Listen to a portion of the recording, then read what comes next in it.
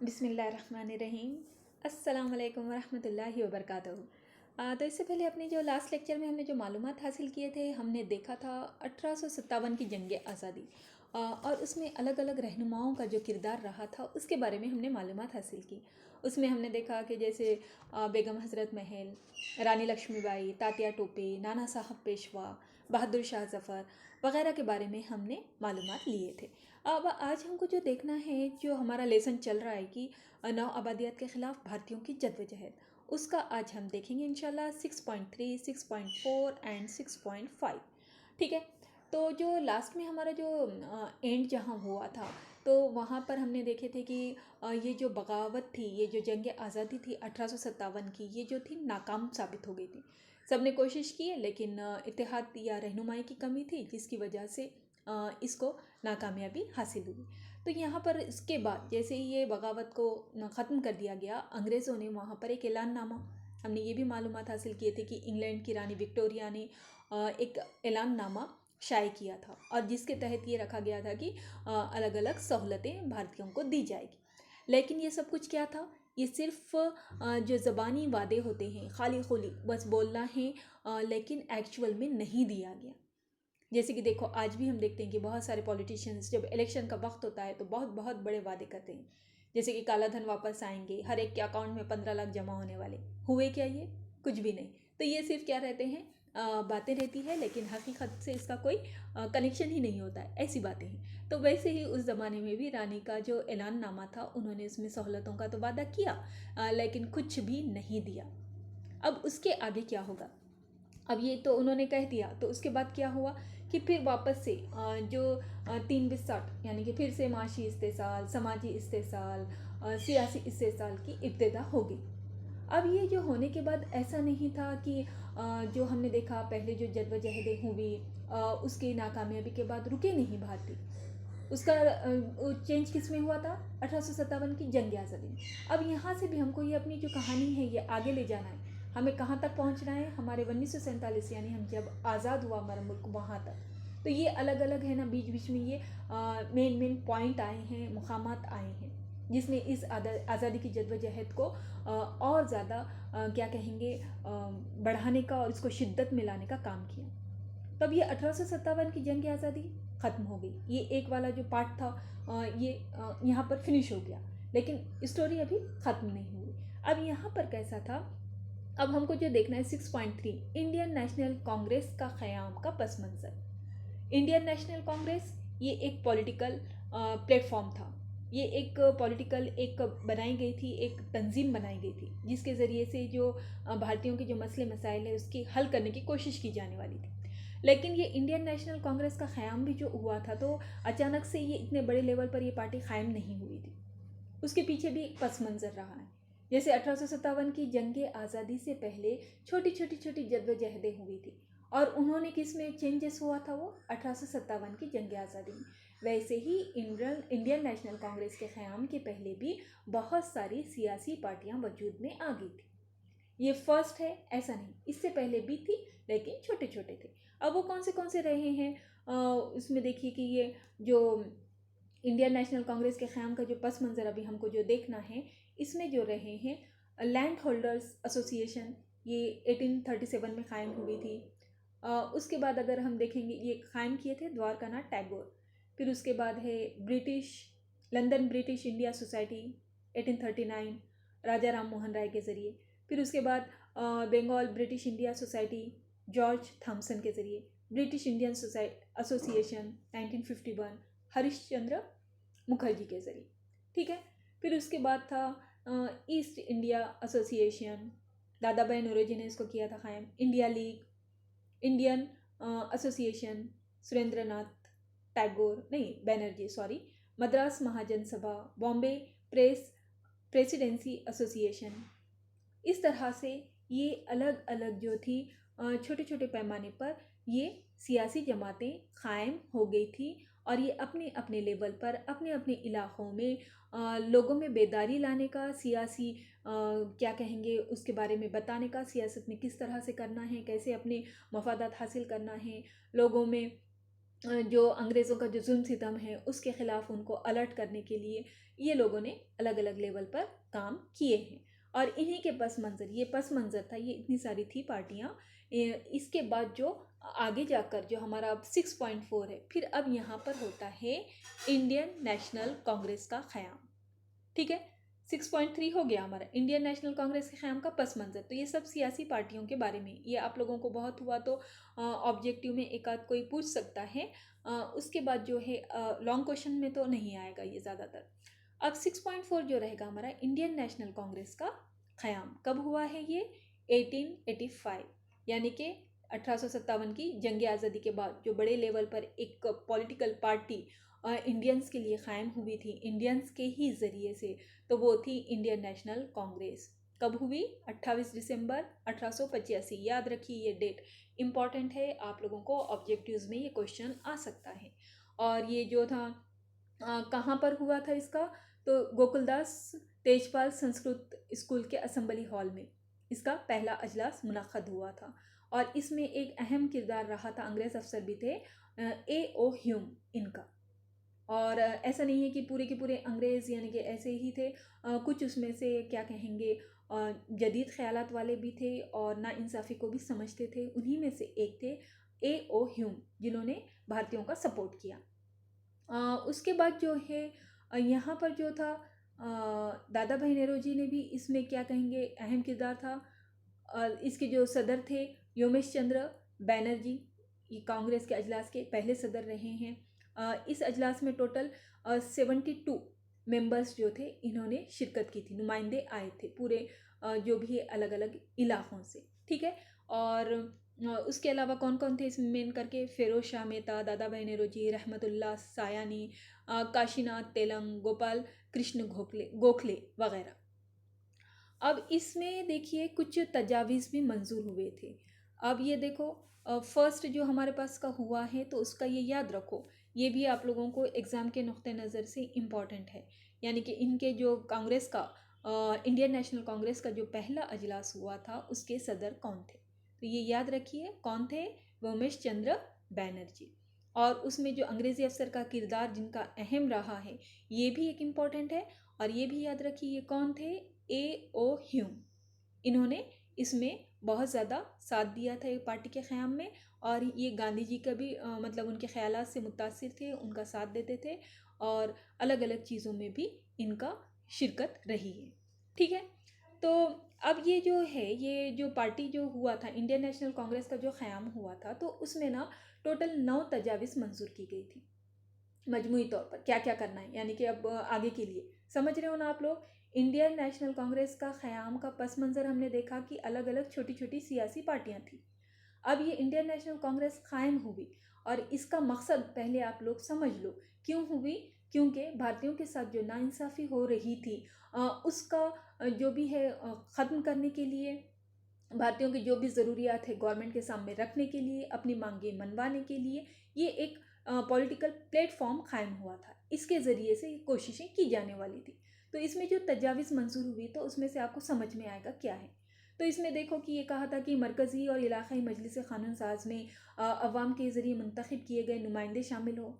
इनका ये था, एक रखे थे इन्होंने डिमांड, क्योंकि अवाम में से अगर कोई नुमाइंदा जाएगा तो सही तौर पर अवाम के मसाइल को रखेगा। ठीक है, फिर उन्होंने ये भी कहा था कि इंतज़ामी खदमात में जो रहते हैं क्लास 1 क्लास 2 ऑफिसर, उसमें भारतीयों को भी जगह दी जाए। सिविल सर्विस भारतीयों के लिए भी मुनक़्क़द किए जाएँ। फ़ौजी अखराजात जो होते हैं उसमें इजाफ़ा ना किया जाए, क्योंकि फ़ौजी अखराजात में अगर इजाफ़ा होता है तो ज़ाहिर सी बात है अवाम से उससे टैक्स वसूल किया जाता है, तो फिर वो अवाम की माशी हालत परेशानी हो जाती। तो इसके लिए आला तालीम पर ज़्यादा ख़र्च किया जाए, तकनीकी तालीम का इंतज़ाम किया जाए, ऐसे मुतालबात इसमें रखे गए थे। समझ रहे ना आप, किस लिए, अवाम के लिए। मेन थीम याद रखो आप, हमारा जो लेसन है उसका मेन है क्या है, आज़ादी हासिल करना। और आज़ादी हासिल करने के लिए ज़रूरी था एक पॉलिटिकल प्लेटफॉर्म भी रहना, और उसके लिए क़ायम हुआ इंडियन नेशनल कांग्रेस। ठीक है, ये पार्टी है, ये क्या करने वाली थी, अवाम के लिए काम करने वाली थी। इतना समझ गए ना अच्छे से। ठीक है, तो अब ये जो हुआ था, अब इसके बाद वाला हमको जो देखना है हमारा है 6.5 इंतहा पसंद और इतदाल पसंद रुझानात। अब यहाँ क्या हुआ, अब देखो ये स्टोरी आगे बढ़ रही है, यानी कि अब ये तो पार्टी वगैरह तो कायम हो गई, जमात तो कायम कर लिए, इंडियन नेशनल कांग्रेस आ गई। लेकिन कैसा था कि उसी ज़माने में महाराष्ट्र में ये चल रहा था कि पहले कौन सी इस्लाहत किया जाए, पहले सियासी इस्लाहत हो या समाजी। ठीक है, अब ये चल रहा था, ये तनाज़ा चल रहा था, ये आपस में एक मसला आ गया था। अब आप लोग भी थोड़ा सा सोचिए कि कौन सी इस्लाहत होना चाहिए, कौन सी ज़रूरी है। तो अब यहाँ पर कैसा हो गया था कि जो इंतहा पसंद थे उनका ये मानना था कि आज़ादी के मिलने के बाद समाज खुद ही सुधर जाएगा, लेकिन एतदाल पसंद जो थे उनका ये था कि समाज के इस्लाह के बगैर आज़ादी मुमकिन नहीं। ये दो रुझानात हो गए, यानी कि यहाँ पर क्या हो गया है, यहाँ पर जो बोल रहे शिद्दत पसंद बोल रहे कि पहले हमको क्या चाहिए, आज़ादी, फिर हमारे जो समाज में जो भी कुछ है, जो भी खराबियाँ वगैरह हैं हम उसको बाद में से दूर कर लेंगे। लेकिन जो इत्तेदाल पसंद थे उनका ये कहना था कि पहले हमको समाज सुधारना है, फिर उसके बाद हम जो है उसको सुधारेंगे। किसे? पहले समाज को सुधारना है, फिर उसके बाद हम आज़ादी हासिल करेंगे। तो ये नतीजा क्या हुआ कि ये तमाम जो थे इनके आपस में है ना, ये चीज़ों को लेकर कशीदगी पैदा हो गई थी। ये दोनों में, कांग्रेस के ही ये सब लोग थे, इंडियन नेशनल कांग्रेस के ही मेंबर थे, लेकिन ये ऐसी थिंकिंग थी, एक तबके की थिंकिंग इस तरह से थी और दूसरे की इस तरह से। और इसी बीच में जो है कि एक जो था 1907 में सूरत में एक अजलास था इनका, कांग्रेस का, और ये इख्तिलाफ जो था ये यहाँ पर बहुत ज़्यादा शिद्दत इख्तियार कर गया। यहाँ इत्तेदाल पसंदों की ये कोशिश थी कि स्वदेशी बायकाट जैसे जो तजावीज़ है वो अभी इस्तेमाल नहीं करना चाहिए, जबकि शिद्दत पसंदों का था कि ये दोनों चीज़ें करनी चाहिए, यानी स्वदेशी का भी करना है इस्तेमाल, हमको बायकाट ये भी चीज़ करना है। और यहाँ पर ये जो था इतना ज़्यादा बढ़ गया इनमें आपस में तनाज़ा कि यहाँ कांग्रेस दो हिस्सों में तकसीम हो गई।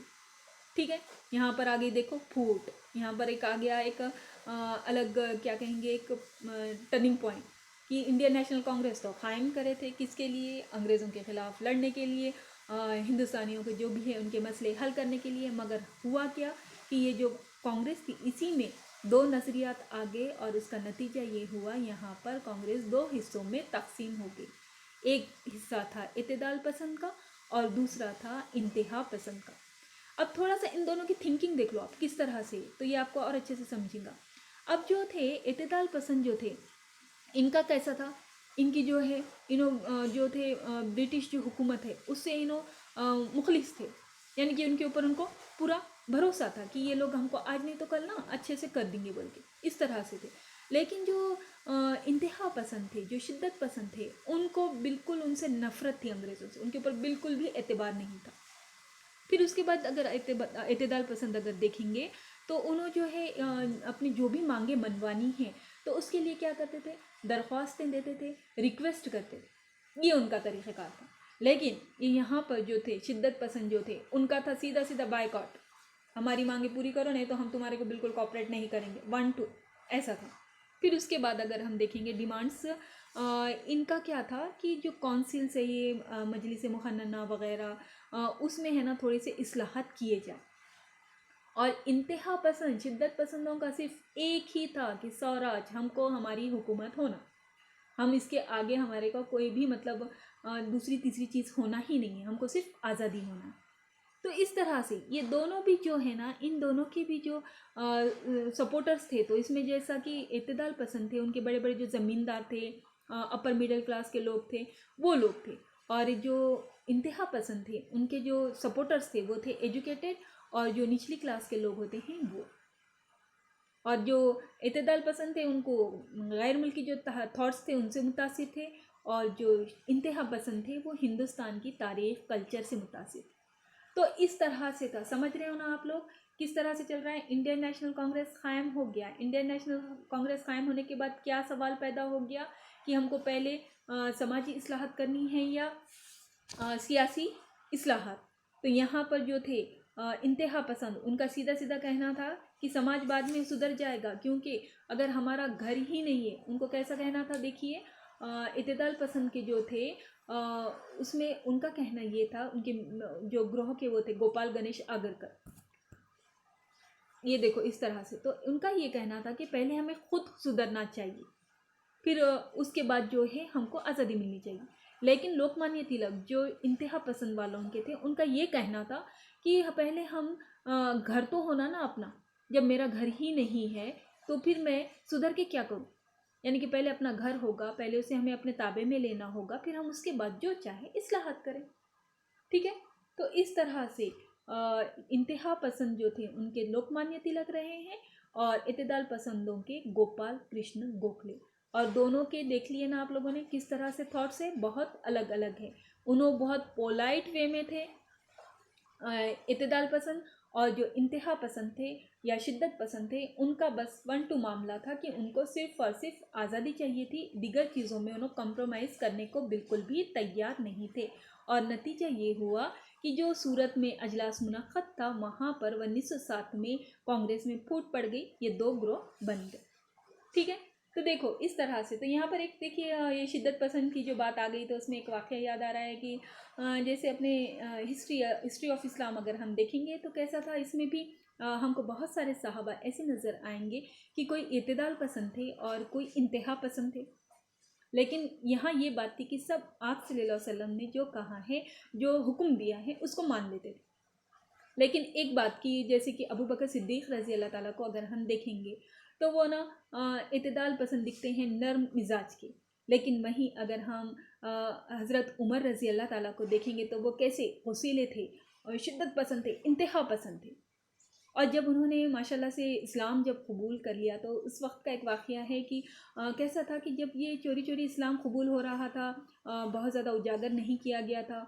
और फिर उसके बाद जब पता चल गया था मुश्रिकों को कि इस तरह से इस्लाम यहाँ पर फैल रहा है, ये लोगों ने इस्लाम कबूल कर लिया है, तो उनके जुल्म सितम स्टार्ट हो गए थे।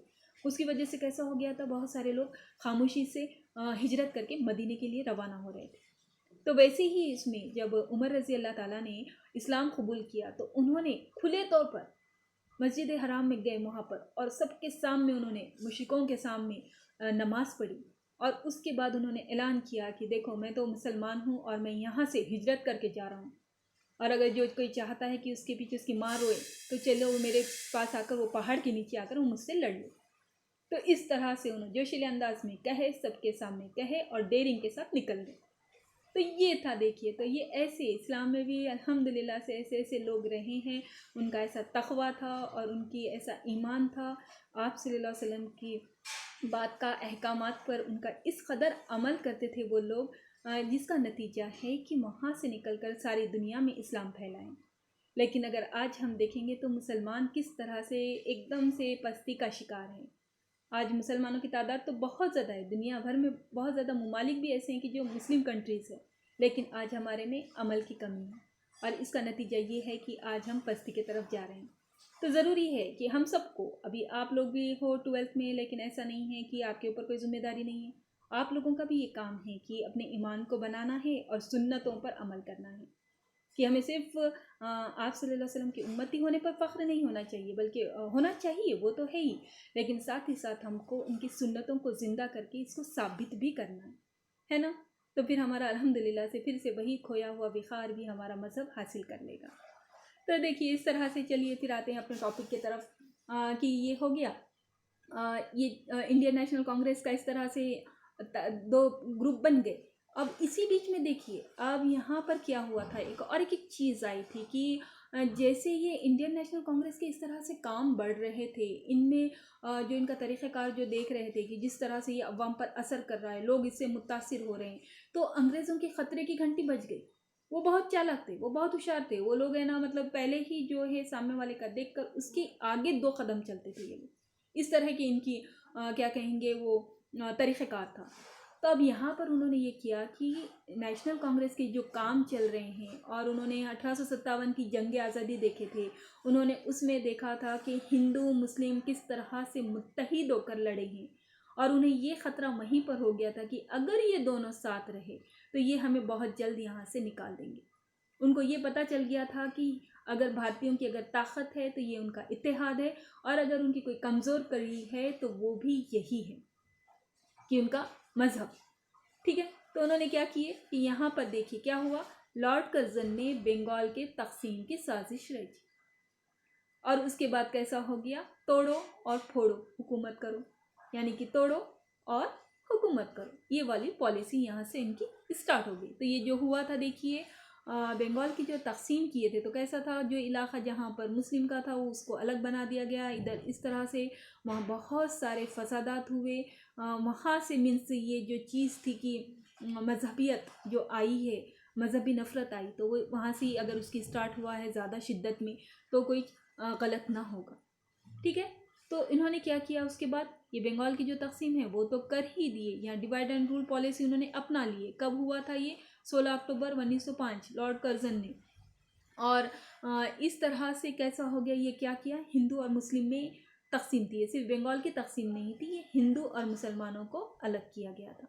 और उसके बाद क्या हुआ कि बहुत सारे जो इंतहा पसंद थे, क्योंकि मेन डर किससे था, इंतहा पसंद की तरफ से था, क्योंकि उनके तरीक़ेकार अंग्रेज़ों के मुखालिफ जाने वाला था। वो लोग इतदाल पसंदों के जैसे ठंडे ठंडे नहीं थे कि हाँ दरख्वास्त दे रहे अब मानेंगे तब मानेंगे, पूरा भरोसा है, आप अच्छे हो, ऐसे हो वैसे हो, ये वाला नहीं था। इन लोगों ने ये समझ लिए थे शिद्दत पसंदों ने कि इनको यहाँ से हकाले बगैर कोई दूसरे का चारा ही नहीं है। और अंग्रेज़ों ने भी समझ लिए थे कि हमारे दुश्मन जो है ये शिद्दत पसंद है, इंतहा पसंद है। इसलिए उन्होंने क्या किया, इन लोगों पर सख्त कार्रवाई की। उसमें से लोकमान्य तिलक पर हुकूमत से बगावत का मुकदमा दर्ज किया, उन्हें 6 साल मंडाले जेल में भेज दिया गया। और उसके बाद जो है जो बिपिन चंद्रपाल थे उनको जेल की सज़ा सुनाई, लाला लाजपत राय को शहर बदर कर दिया गया। और लोकमान्य तिलक का तो ये ख़ास है, ये उनका वो याद रखिए आप, इन्होंने जो जुमला कहा है कि स्वराज मेरा ये जन्म सिद्ध अधिकार है, मैं इसे किसी को नहीं दूंगा, यानी स्वराज मेरा हक़ है वो मैं इसे हासिल करके रहूँगा। ये इनका जुमला है, ये वाला ये इनका जो सेंटेंस है ये याद रखिए, कभी भी आपको एग्ज़ाम में आ सकता है। और उन्होंने जब मंडाले जेल में थे तो उन्होंने वहाँ पर एक किताब भी लिखी थी, गीता रहस्य, उनकी मजहबी किताब के ताल्लुक़ से। ये भी कॉम्पिटिटिव एग्ज़ाम में आगे फ्यूचर के लिए आपको आ सकता है। ठीक है। तो ये इस तरह से हुआ। फिर उसके बाद लोकमान्य तिलक ने अपनी सज़ा पूरी करने के बाद वो 1914 में भारत को लौटे। और उसके बाद इत्तेदाल पसंद और शिद्दत पसंद 1916 में कांग्रेस के लखनऊ अजलास जो हुआ था उस दौरान वो एक साथ आ गए। ठीक है। यानी कि एक थोड़ा सा यहाँ पर हमारा जो चल रहा है ये पॉइंट, यहाँ इसका जो ये लास्ट 6.5 हैप्पी एंड हुआ। यहाँ पर फूट भी पड़ी, झगड़े भी हुए, तंटे भी हुए, अलग अलग भी हुए, लेकिन लास्ट को जाकर फिर से ये लोग मुत्तहिद हो गए। और आज़ादी हासिल करने के लिए इस तरह से मुत्तहिद होना बहुत ज़्यादा ज़रूरी था। ठीक है। तो अल्हम्दुलिल्लाह से हमारा जो है 6.5 और 3 हमने देखे, उससे पहले 4 और 3 ये पूरे कंप्लीट हो गए। और उम्मीद है कि आप लोगों को अच्छे से समझ में आ गया होगा। और अगर कुछ भी डाउट है तो आप हमको बिल्कुल पूछ सकते हैं, वो जो आप पूछते नहीं, थोड़ा सा पूछने की, सवाल करने की भी थोड़ी सी कोशिश करते जाइए। और एक बात और आपसे ये कहेंगे कि ये तो नहीं कहेंगे हम कि इस जो भी पढ़ाया गया ये लेक्चर जो है इसको लाइक करो या फिर सब्सक्राइब करो, ये सब कुछ तो हम नहीं कहेंगे। हाँ, हम ये कहेंगे कि हाँ, अगर आपको थोड़ा सा भी ये समझ में आ रहा है, 10% क्यों नहीं होता, तो आप दूसरों के साथ भी इसको शेयर कीजिए, आपके स्टूडेंट मतलब आपके फ्रेंड्स वगैरह जो भी है उनको। क्योंकि देखो, अगर हमारे ये मीन्स अभी कैसा है, ये हालात ऐसे चल रहे हैं, आप लोगों को 12th का साल है, हर कोई परेशान है, हर एक स्टूडेंट घबराए वाला है कि कैसे होगा, ऊपर से फिर ये हिस्ट्री का सब्जेक्ट, ये आप लोगों को तो पहले ही समझिए बोर लगता है, जबकि ये बोर सब्जेक्ट है नहीं। ठीक है। तो अगर आपको थोड़ा भी समझ रहा है तो आपके जो भी पहचान में से है, आपके साथ वाले फ्रेंड्स वगैरह, उनको ये शेयर करो ताकि उनको भी थोड़ी सी मदद हो जाए, उनको भी पढ़ाई के लिए, स्टडी के लिए आसानी हो जाए। और अगर हम इस तरह से शेयर करेंगे, यानी कोई अच्छी चीज़ आगे भी पहुंचाएंगे, तो इंशाल्लाह ताला हम एक नेकी के भी हकदार बन जाएंगे। इनके दूसरे की मदद करने में भी एक नेकी है। ठीक है। तो इतना कहेंगे। और दूसरी बात ये कि ठीक है, चलिए फिर दुआएं कीजिए अपने लिए, ख़ुद के लिए, क्योंकि आगे के लिए, फ्यूचर के लिए आपके मोमिन का हथियार है दुआ। और अपने लिए भी करना, और साथ ही साथ अगर थोड़ी सी हमारी वजह से हेल्प हो रही है तो हमें भी दुआओं में रखना, और सभी मुसलमानों को और एनिमल्स को भी दुआओं में याद रखिए। ठीक है। फिर चलिए, फिर अस्सलाम वालेकुम वरहमतुल्लाहि वबरकातुहू।